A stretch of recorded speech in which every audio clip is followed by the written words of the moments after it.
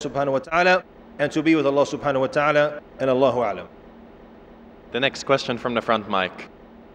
Assalamu alaikum. Walaikum assalam wa rahmatullah. I am Muhammad Khurshid Alam from Bihar, working in Mumbai in construction company as a civil engineer. My question is suicide bombing is right way or Islamic way to fight with the enemies of Islam? Bismillah ar-Rahman ar-Rahim. Also one of the hot topics that we usually find in a lot of talks and a lot of lectures is about suicide bombing. Is it a way to fight the kuffar? I don't believe it is. And we have seen that so many times that the people who have done this, the corruption and the problems that they've caused for the Muslim communities around the world. So this is not a proper way to rebel. A lot of Muslims who follow this way, they do this because they feel it's like they have given up. So they find this is the only way out. Perhaps on the battlefield, it could be a different story. Is it permissible on the battlefield? That's something else. But in everyday life, like what happened on 9/11, or what happened in 7/7, where somebody goes and innocent people, and he kills innocent people by suicide bombing, this is not acceptable in Islam, and this is not a proper way for us to fight the enemies of Islam. On the battlefield, it could be another story, because that's something that goes back to the generals and the army and what they see on the battlefield. If it's something that's good for the Muslim army or not, that's a different story. But in everyday life, it's not permissible to harm or to kill any innocent human being, whether they're a Muslim or a non-Muslim. Wallahu a'lam. The next question from the rear mic. Assalamu alaikum wa rahmatullahi wa barakatuhu. My name is Muhammad Javed, and I'm working in an MNC company as a technical support analyst. My question is, that recently one of my neighbor died, and it is a common disaster what we face on a daily basis. People die, but the family members were really shocked because he was just 42 years of age and he had 5 children. The youngest one was just 8 years old. So what they were telling me when I said to be patient, they were telling me that Allah subhanahu wa ta'ala would have taken his hand or a leg but would not taken his life. So he would have not done that.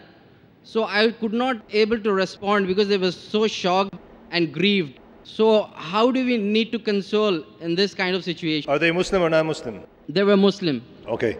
This, and you can see obviously there's a person who might be Muslim, but they have weak iman. Weak iman in the qadr, the decree of Allah subhanahu wa ta'ala. And Allah subhanahu wa ta'ala, and He chooses anything through hikmah, through wisdom. Even if it might seem difficult, I know several people who have died and left behind bigger families than what you have mentioned. And Allah subhanahu wa ta'ala has opened up doors for their families, and they're actually better off financially than they were before the father of the family died. And I'll tell you 2 stories about that. One of our mashaykh in Sudan, he was traveling from Port Sudan going to Khartoum, and on his way, in his car, he had a little station wagon with he had like 11 kids and 3 wives in the car. They got in a car accident, the car flipped over. There was a few scratches. I think one of his wife broke her arm, and that was about it. The sheikh, he got a little scratch on his head only, but he was killed immediately because he was hit on his head. Immediately after he died, the brothers bought a house and broke it down into 3 little houses for his family, and they had much more money than they did before that. So a lot of these people, they might be scared that now there's no income because the father had died. But Allah subhanahu wa ta'ala, He will open up doors. And this is a test from Allah subhanahu wa ta'ala when you see one of your loved ones taken. And the highest level of the belief in the qadr is the rida. To be pleased with Allah subhanahu wa ta'ala has happened. And I'll tell you a story, you might see it being crazy, but what happened one time in Saudi Arabia when a man was traveling and they had 2 cars. He was traveling with his wife and his daughters in one. And as you know, in Saudi Arabia, most they have like 10, 12 kids each. And his sons were all in front in the pickup truck. As they were driving down the road, expressway or a highway, a tractor trailer, it slammed into his sons in front of him. And the car was just in pieces and everywhere. So obviously everybody in the car had died. What did this man do? Why? No. He got down and he made sujood shukr. SubhanAllah. He got out of the car and made sujood shukr. He thanked Allah subhanahu wa ta'ala because he wanted to have rida. He knew his sons were dead. And he knew there was nothing he could do to change that. They were gone right in front of his eyes. There's nothing he could do. So he wanted to be pleased with the qadr of Allah subhanahu wa ta'ala during this difficult time. Another story about the issue of money. People being scared about money. One of our mashaykh, rahimahullah, He died and he left behind 37 children and 3 wives. Actually 41, because his brother-in-law had been murdered, and he was taking care of his 4 kids too. So he had 41 children in his house and 3 wives, 37 which were his. When he was placed in his grave in Kuwait, rahimahullah, the family received more money, and people were taking care of them more during that time. So Allah subhanahu wa ta'ala does everything through hikmah, and everybody has to go. Another story I'll tell you. A person recently in Egypt, one of the mashaykh there told this story where somebody, he had just graduated, he was going to get married, and they came to wake him up one morning, and he just become an engineer, and he was just about to he was getting married in a few days. Everything had been finished, the engagement, and they were getting ready for the wedding, and they found him dead. Salatul Fajr. He's 25 years old, not 42, 25. So when it's your time, you're going to go, and there's nothing we can do about it. So we have to be pleased with what Allah subhanahu wa ta'ala chose, and this is what He chose, and we have to be patient. There's nothing we can do. We can't bring the man back, and there's nothing we can do. You can't cry over spilled milk, as they say. What's done is done. So you have to be pleased with the qadr of Allah subhanahu wa ta'ala, and no doubt it's a test. And we're in this dunya to be tested. Allah tests us and to see the level of iman and how we will deal with these type of tragedies. Wallahu alam. Jazakallah, brother. The next question from the front mic.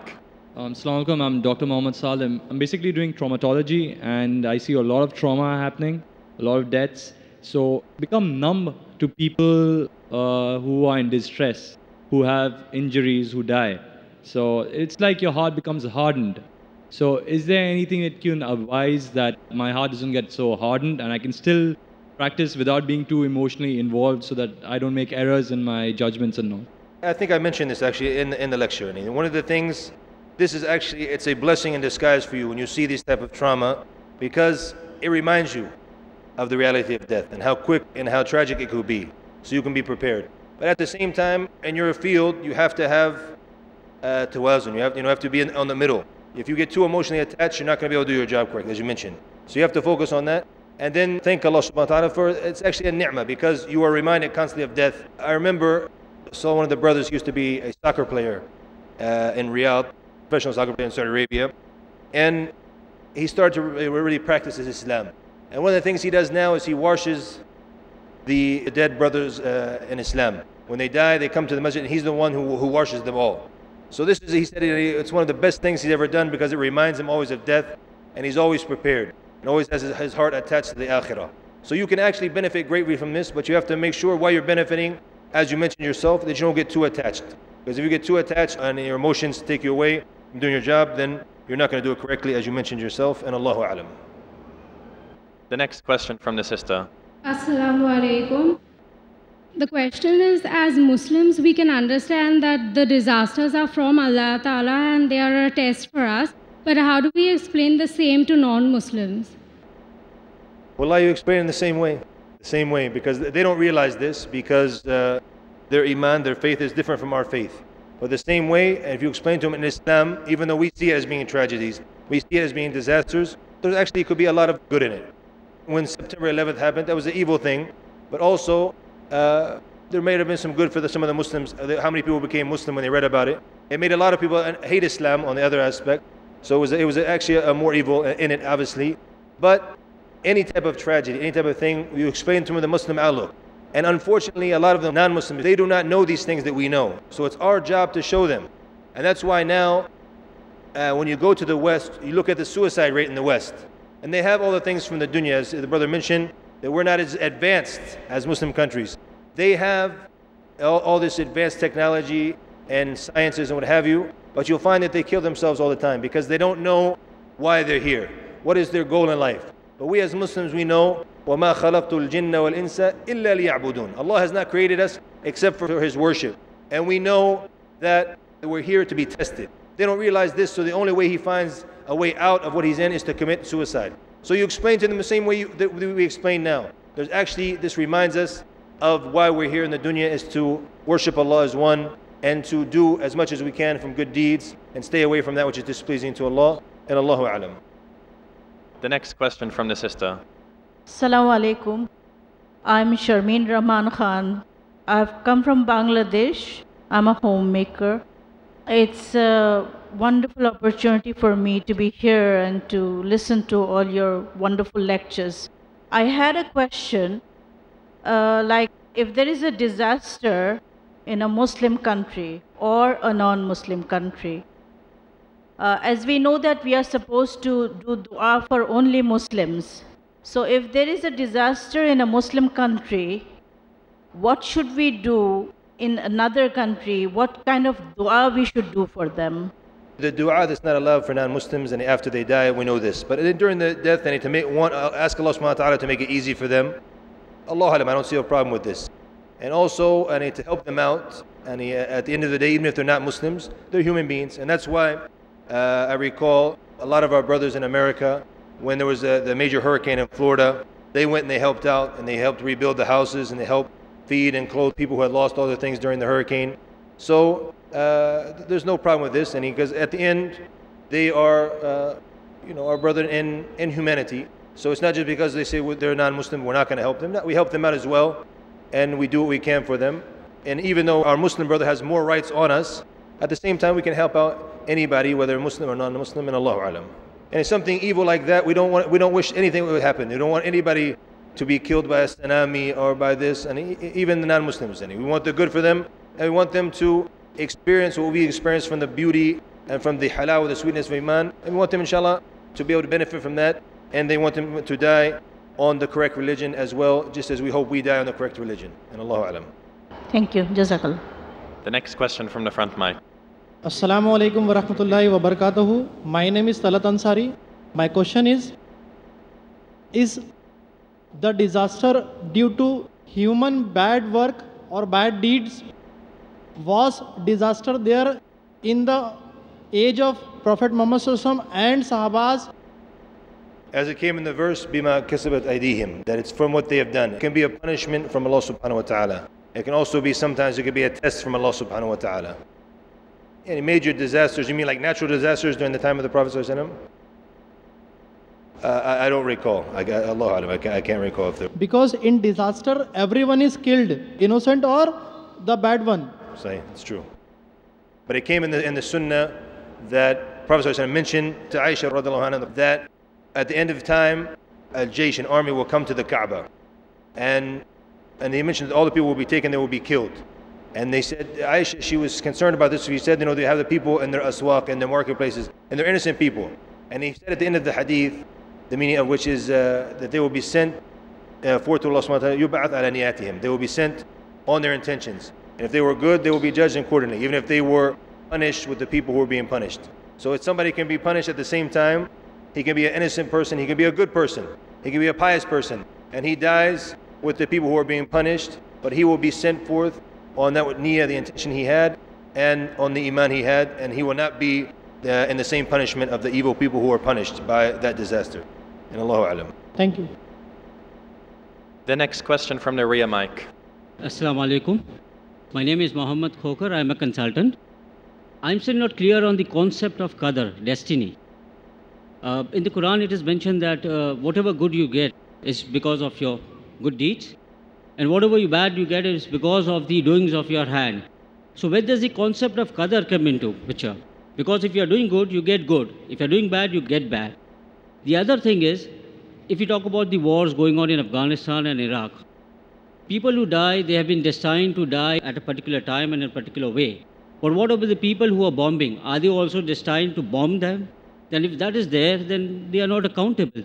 Can you please give me some clarity on this? I don't understand what you want from the second part of the question. The second part is, if you talk about the wars going on in Afghanistan and Iraq, there are people who are dying because of the bombing. Now, if they are dying because they have been destined to die at a particular time and in a particular way. But what about the people who are throwing the bombs? If that is also destined, then they are not accountable for that. Can you give me clarity on this, please? In qadr, as you mentioned, the good is from Allah subhanahu wa ta'ala. But in general, whatever happens, kullu shay Allah subhanahu wa ta'ala khalaq bi qadr. Everything Allah subhanahu wa ta'ala has created with qadr in your destiny. So everything that happens to you, it's from the permission of Allah subhanahu wa ta'ala, whether it's good or whether it's bad. So it's not all the time like you mentioned. It could be the good and bad from Allah subhanahu wa ta'ala. It's in the qadr. It's going to happen to you. And it could happen for different reasons. Even if you are doing good, and how many people we know who are good and pious, they get cancer, for example. That's not a good thing. It's a terrible thing, and they die from that cancer.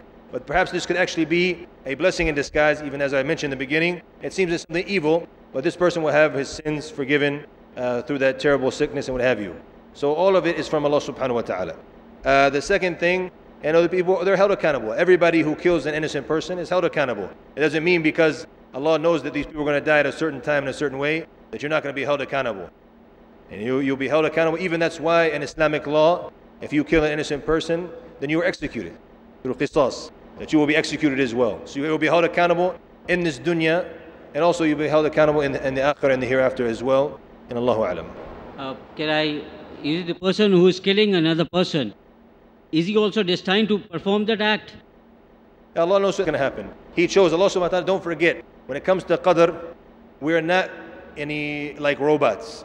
Allah subhanahu wa ta'ala gave us the will to choose which path we're going to take. He showed us the path of good, and He showed us the path of evil. And we choose which one we're going to take. Some of us take the path of good, some of us take the evil, some of us crisscross between the two. And then we are held accountable for all of this on the Day of Judgment. Allah subhanahu wa ta'ala, He gave us the will to choose what we're going to do. But in His qadr, He knew which one we are going to choose. Allah knows everything that happened from the time He created the heavens and earth until the end of time. He knows everything that will happen. It's Allah subhanahu wa ta'ala, He knows it now. So He has given us the will to choose, and then after that, we will be held accountable for which way we choose on the Day of Judgment. Thank you. Jazakumullahu khaira. That is all the time that we have for question and answers. A very big thank you. May Allah reward you and bless you and protect you. Brother AbdurRaheem McCarthy, for your talk.